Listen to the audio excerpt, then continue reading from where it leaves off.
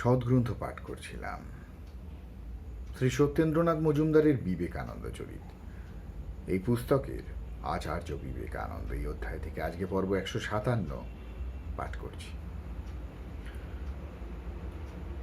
স্বামীজি তাহাকে স্বীয় উপলব্ধি হইতে উপনিষদের কতকগুলি জটিল ও দুর্বোধ্য শ্লোকের ব্যাখ্যা করিয়া শোনাইলেন।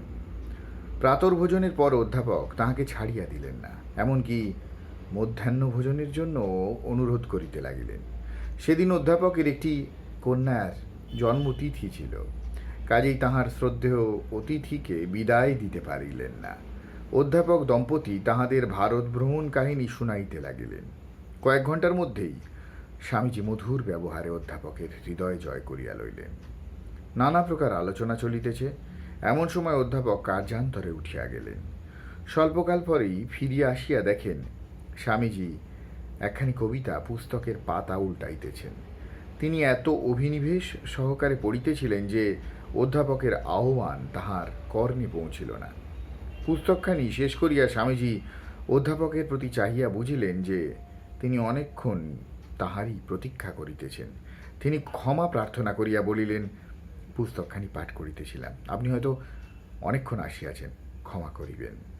উত্তর শুনিয়া অধ্যাপক যে কথাটা বিশ্বাস করিলেন না, তাহা তাহার ভাবভঙ্গিতে সুস্পষ্ট হইয়া উঠিল।